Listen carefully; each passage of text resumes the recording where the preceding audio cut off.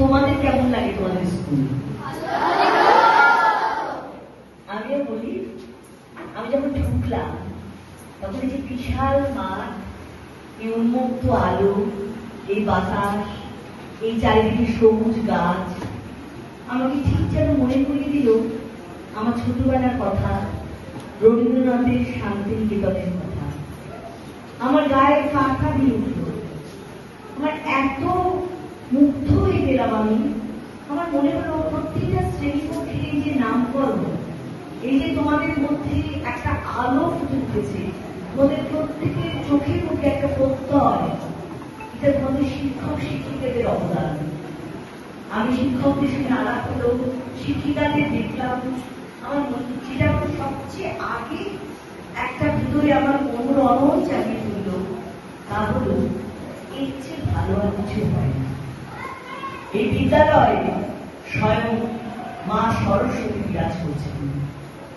তার সঙ্গে আমি গেলাম মিড ডে মিলের জায়গায়, সেখানকার দিদিদের আমি জড়িয়ে ধরলাম, কারণ তারা শুধু নিজের সন্তানকে খাবার দিচ্ছেন না, তারা তার সঙ্গে আরো বহু সন্তানকে খাবার দিচ্ছে।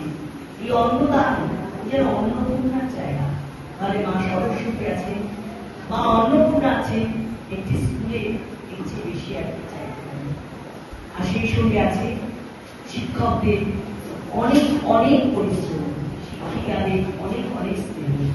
তোমাদের কাছে আমি প্রার্থনা করি তোমরা এখান থেকে মাথা উঁচু করে বেরিয়ে যাও এবং তোমরা স্কুলকে কোনোদিন ভুলো না।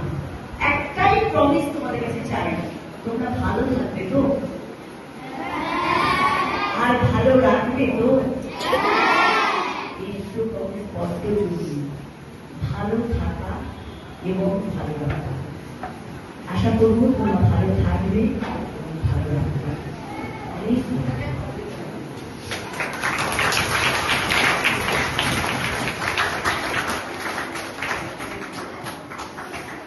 আমি তোমাদের স্কুলে এসেছি, কিন্তু তার আগে আমি জয়দিদিকে আমার কৃতজ্ঞতা জানাচ্ছি যে গল্পটা তোমাদেরকে শোনালো, সেই প্রথম কৃতজ্ঞতা আমি জয়দিদিকে জানাই।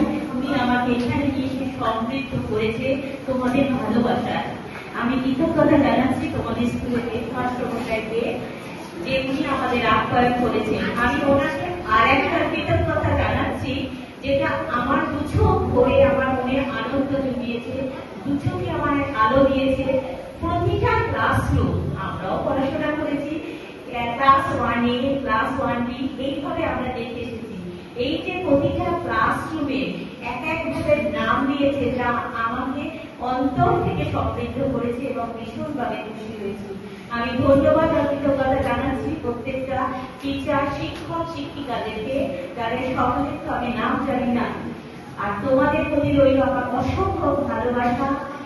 এই পৃথিবীটা জঞ্জাল বলছে সবাই, কিন্তু জঞ্জাল কিছু হয় না।